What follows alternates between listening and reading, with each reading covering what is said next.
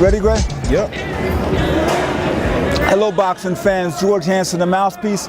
I'm here at 2300 Arena. It's Friday night, April 8th. Celebrity boxing just concluded. I'm here with Greg Hotshot Hackett, who was in the corner tonight of our internet celebrity, Tyrone. Yeah. The fight ended in a disqualification with Tyrone turning into Bruce Leroy. Talk to me, what happened? I don't know what happened. There ain't nothing that we worked on. It wasn't in the plans. I think he went to plan D and just started kicking. Listen, Big Brody came out swinging. Brody was ready. He had his hands up, good stance. He was using the jab. He went for some big shots. I can understand why Tyrone used his knee. He couldn't back him off. But I tried to tell people earlier that Big Brody's style was impetuous. The defense was impregnable. He was Jack Johnson, Joe Louis, and George Foreman all rolled into one. He looked good for his first show, man. I'm looking forward to see the next one. But did you explain to Tyrone that this was a boxing match and not MMA? I didn't even know he knew MMA. I didn't know he could kick, Muay Thai, any of that. I don't know what was going on. The man was kicking, man. He did what he wanted to do. You know, I ain't teaching about that. and they disqualify him. But let's switch gear here. We know you've been training a lot of fighters, and you were making a comeback. Talk to me about your comeback and what happened. I was going through some things where like I couldn't let my anger out unless it was in the ring. Okay. So I was looking to hurt somebody, but as I thought about it, I agreed verbally that I would take the fight at 168 pounds. Right. But I thought about it. I said I got a lot of fights.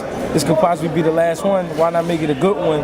Come on down to 54. So I pulled out from the 168. Okay. That was on May 14th, and probably around June and July I'll be ready. Okay. You know what I mean? I just didn't want to rush it. You're a renaissance man, a man of so many talents. You went from professional boxing to comedy. Talk to me about your comedic career. Again, that was just something that when I'm stressing, I like to have fun. I love to laugh. Ever since I was a kid, people would tell me to pursue things like that, but I never knew where to go to even get into it. But I got a chance to get on stage a few times. I did it. It was fun. I liked it. And I think I'm gonna do it some more, you know, as time to come. You know, I wanted to be a comedian, and at 13 years old, I was writing a joke book. I didn't know that. You didn't know that? No. Comedy is my passion, man. Let me give you the first joke in my joke book. Okay. What did the mouse say when the cat jumped on him? What did he say? This pussy's killing me. I mean, that was the first joke in my joke book at 13. I wanted to be a comedian, so I was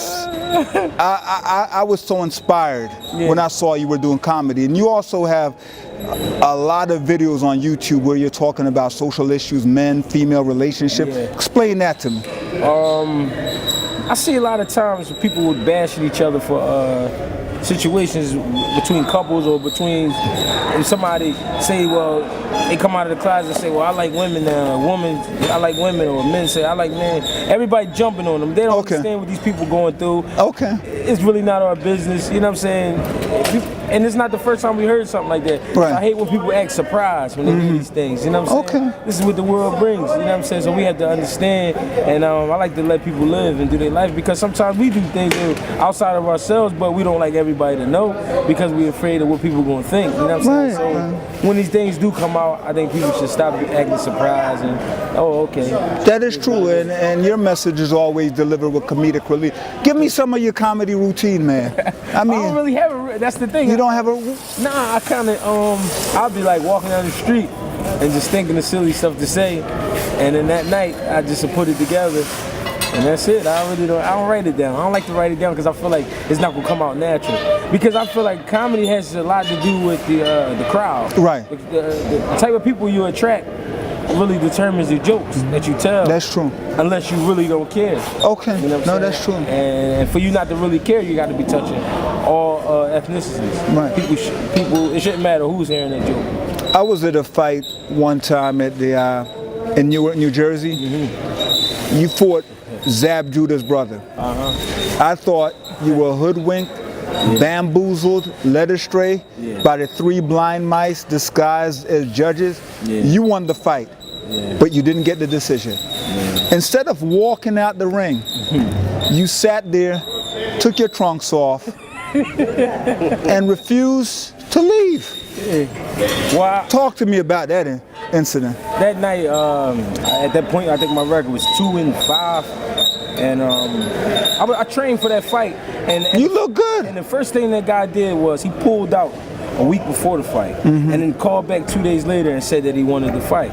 So I said, they playing games. They irritated me a little bit. So I got up there to the weigh-ins, and from there it kind of sparked, because he said something about me being a little bit overweight. I said, well, that's what happens when Not you ever being overweight. Yeah, I think probably 90% of my fights I had to run and come back. So they kind of got under my skin before that, and then once the decision came through, I was just I don't know. My brain took me somewhere else where forget everything, forget everybody that's around.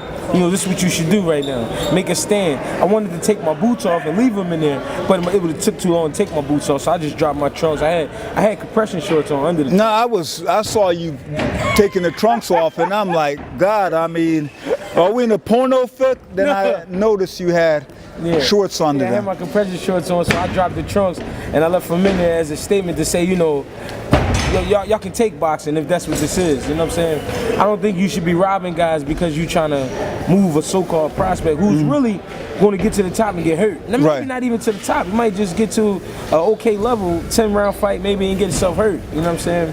And I definitely thought I won that fight. No, it's not a doubt. I was there, and I'm scoring it. I'm not blind. Yeah. You won the fight. You didn't get the decision. Yeah. You held the show up for about 10 minutes. Yeah. What happened? I heard you were a few $100 lighter by the commissioner. Well, yeah, after the fight, they was trying to take all my money and tell me in order for me to get my check, I would have to write a letter. But I had let them know that, I was aware of my, how you say, where my contract was with Main Events. It wasn't with the commission. Okay. So I let them know. I went to my bag. I had my contract in my bag. Went over to the table. I said, listen, I'm supposed to get paid by Main Events after I do my job. So now you become Johnny Cochran. Yeah, real quick. So, we arguing back and forth about it. The commissioner at the time, Aaron Davis, he got a little upset and called security.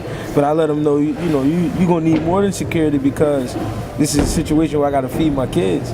So at the end, a little like, how you call it, a little riot breakout. At the end they paid me my money, but I was $200 short. So yeah, I mean, it was a case of the trunks do fit, they got to quit. Right.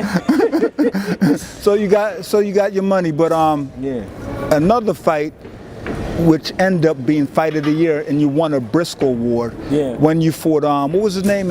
Juan Rodriguez. Juan Rodriguez. Yeah. They gave Rodriguez that fight, and if Juan is watching this, I've written, you beat Rodriguez. Yeah, he know it too, though. You beat him. He know it too, though.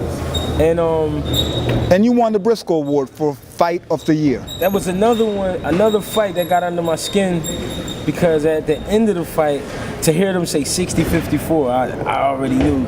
I was like, oh, come on. Like, it was a good fight. He fought and I fought.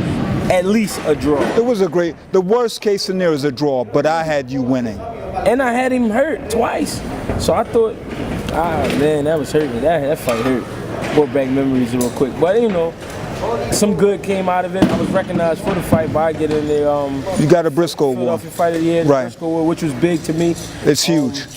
Because, and actually it was really big to me because that was a card where we were supposed to be in the middle of the card. Right. We ended up being the main event. Yeah. So we had to hold up the show. It was a good show that night too. It was a great show. But I felt like it was some good pressure, but at the same time I could handle it because I'm a showman. So I mean that was kind of the light of it. The fact that I got the Briscoe Award and everything. Got recognized. You won it. Yeah. So I felt a little better after that. Talk to me about your new role, and I shouldn't say new. You've been doing it for a while as a trainer.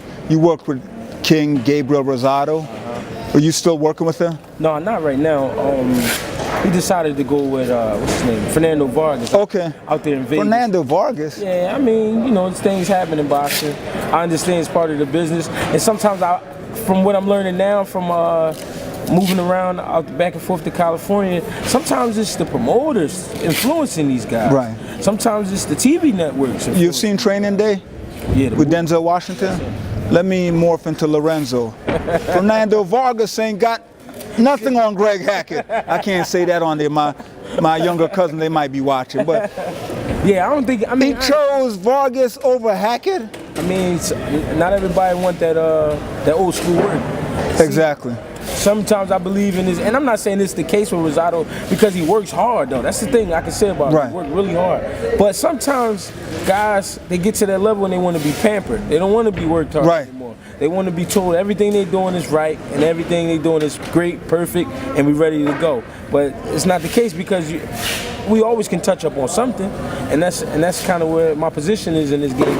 If I'm going to work with somebody, I'm going to try to attack the flaws, and we're going to try to push to the next level. See, that's your problem, Hackett. You don't realize when the fighter cracks the top 10, you, the trainer, has to become a yes man. Yeah. And two rules.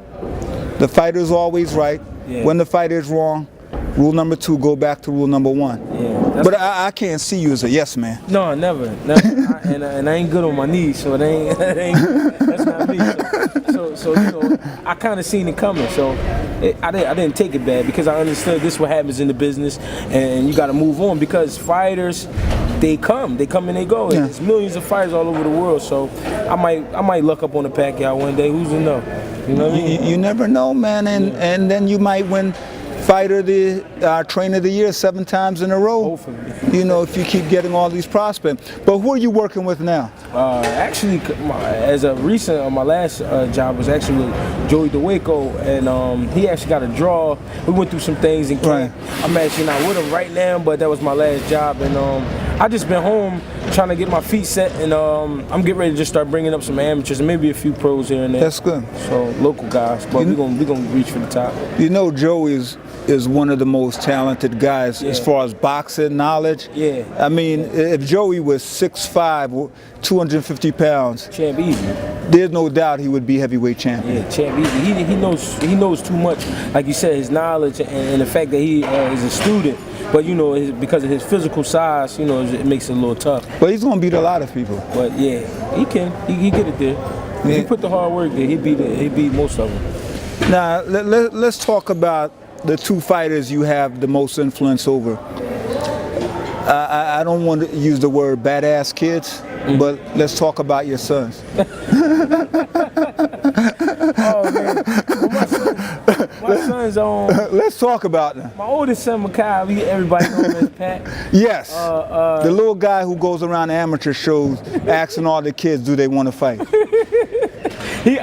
He says that he want to be a heavyweight champ one day. So if that's what he want, then that's what we do. He's only 9 years old. I haven't put him in the ring yet to fight.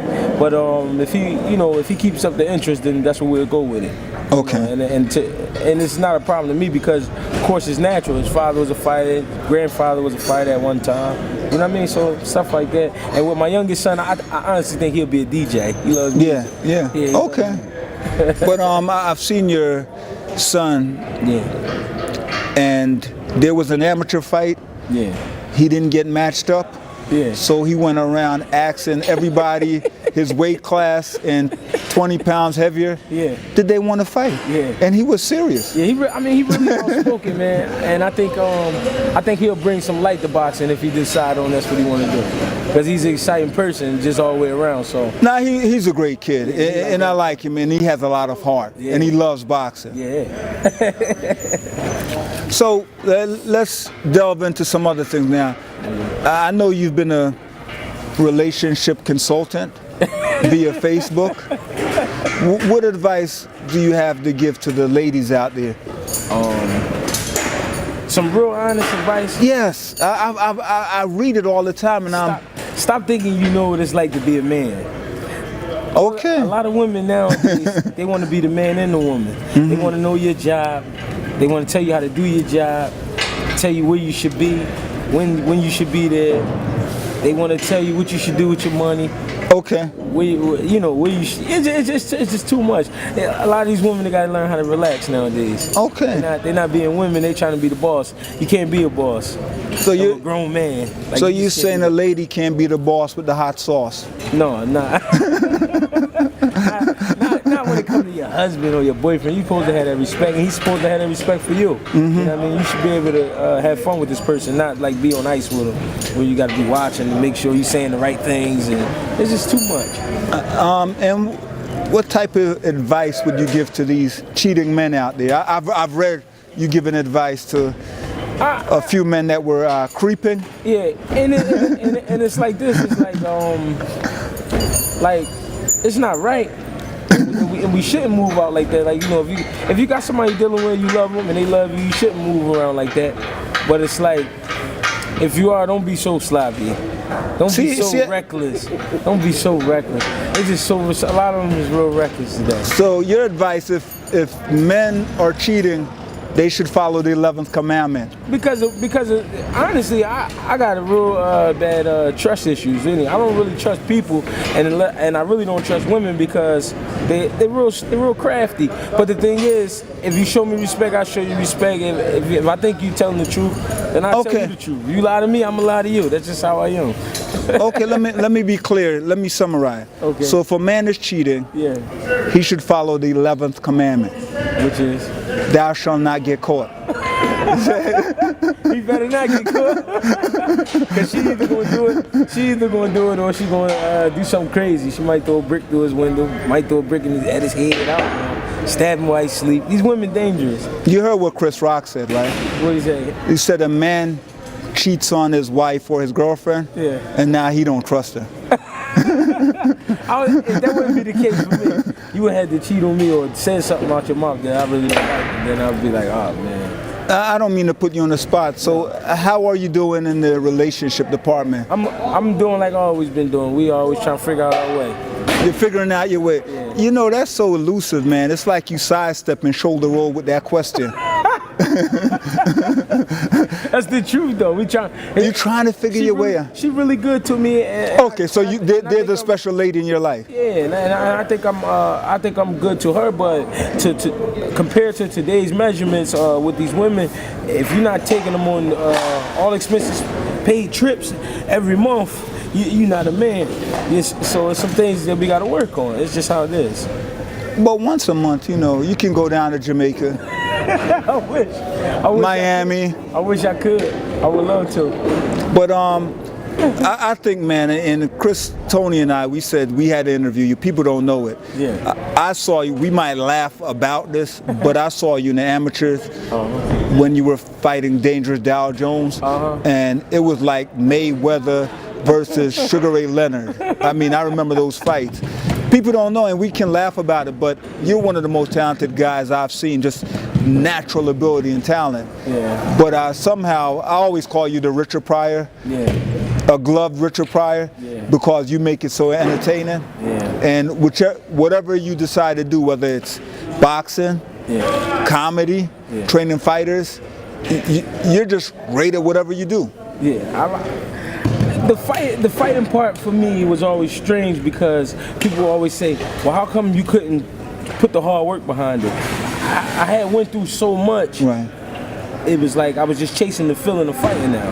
I didn't care to train hard because they're not going to give me the decision. Right. I didn't care to train hard because they don't care about what I look like. These people, you can tell by the way when you meet the matchmakers, promoters, how they treat you. Unless they have a respect for you, right, you can tell this game is a little shady. It's like, why would I give it my 100%? Right. But as a trainer, I'm a lot different because I don't want to get nobody hurt. Right. Right. So I'm real strategic and I'm really strict and I'm hard work with the training and the comedy. Again, it's just a joy for me. It's like somebody who likes to ride bikes and roller coasters and skydive. It's that type of feeling for me. Okay. A thrill for me. You know, when you decide to do the comedy, please call me because I would love to be your manager. I'm serious. Work on it. If you don't make it in comedy. Yeah. I know Kevin Hart's funny. Yeah. I think Greg Hackett is funnier than Kevin Hart. No, seriously. You're funnier than Kevin Hart. It was really good. I said you really need to be. No, you're funnier than Kevin Hart. I mean, you're on the level of a Cat Williams. No, I'm serious. Except he can fight. Except you can fight. Listen, don't talk about Cat like that. Yeah. Pimp down. Yeah, he was. I don't know, man. He was, all right, listen. The one on stage, I kind of got that when he was tripping that night. But the one with the kid, he hit the kid, and the kid ended up choking him. Like, come on, Cat, man. But you said the kid choked Cat. He's not bigger than most kids. But first of all, if you punch a kid and then you He punched the kid. You didn't I didn't see it, no. Oh man. So obviously they was having like an argument back and forth. He balled his fist and without the kid no one being aware, he stuck him, boom. But the kid ate the shot. They got into a tussle, he ended up wrapping him up. Now he got him on the ground choking him up. A kid choked out Cat Williams. Yeah, MMA style, man. But they went back and they showed the video. Yeah. There were other videos. They showed the kid actually provoked it, and Cat might be in the right. Defending himself. Yeah. So they ended up arresting the kid too. But Cat is such a great comedian. Yeah. Such a great comedian. I put you on that level as far as comedy. And I think I could be if I try. I just need to. No, if you put your mind to it and start doing all these shows. Yeah. I mean, I get up in the morning. Yeah.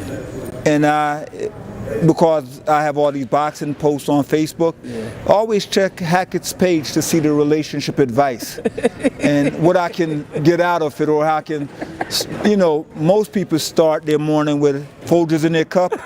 I start my morning with reading Hackett on Facebook. So you definitely should pursue it, man. I think you're a great trainer. From the guys I've seen you work, what I've seen, you've been down to our gym several times. You're great at training. I've seen what you've written. You're excellent at comedy. It's just for you to decide, and you can do both. Yeah. So what would you like to tell our fans out there? For the boxing fans, if you're gonna be in boxing, be involved in boxing, take it seriously. It's really not a game inside or out. Take care of your body. For the kids, coming up, all the amateurs and the upcoming pros, make good decisions.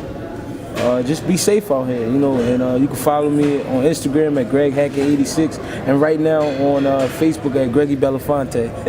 You change that all the time. It was Greg Houdini. Yeah. There have been several. I see Mike Melvin, your buddy over there, is saying, man, these guys are talking a lot.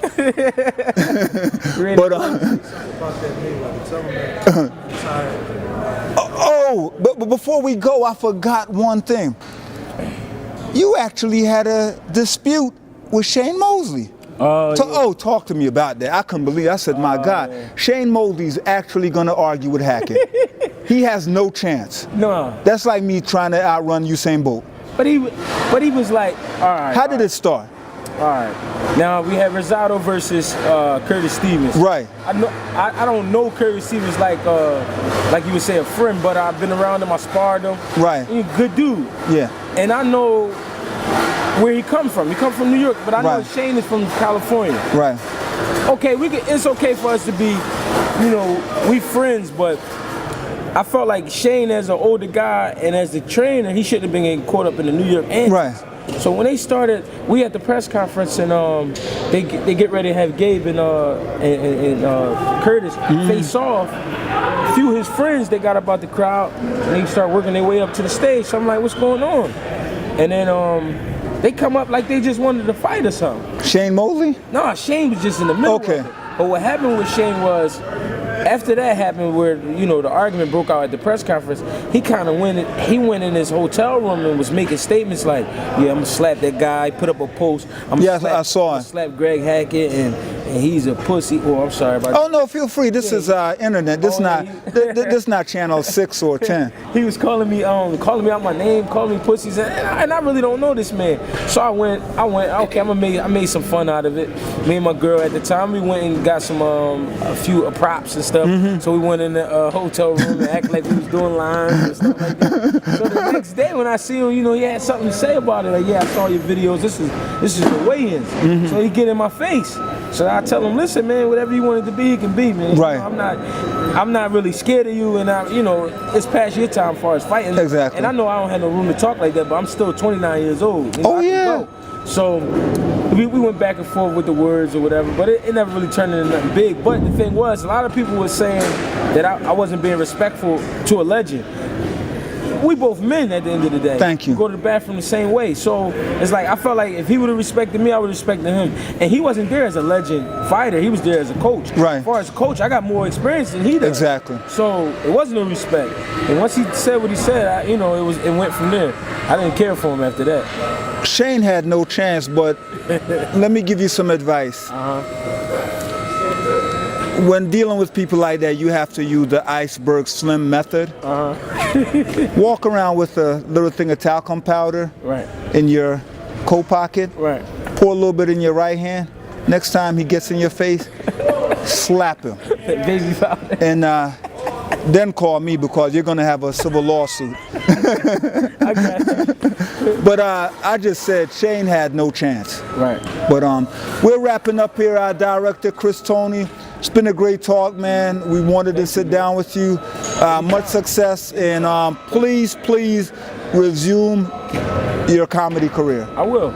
And you're one of the funniest guys I've ever been around. Thank you. Take care. There you have it, folks. Boxing 396.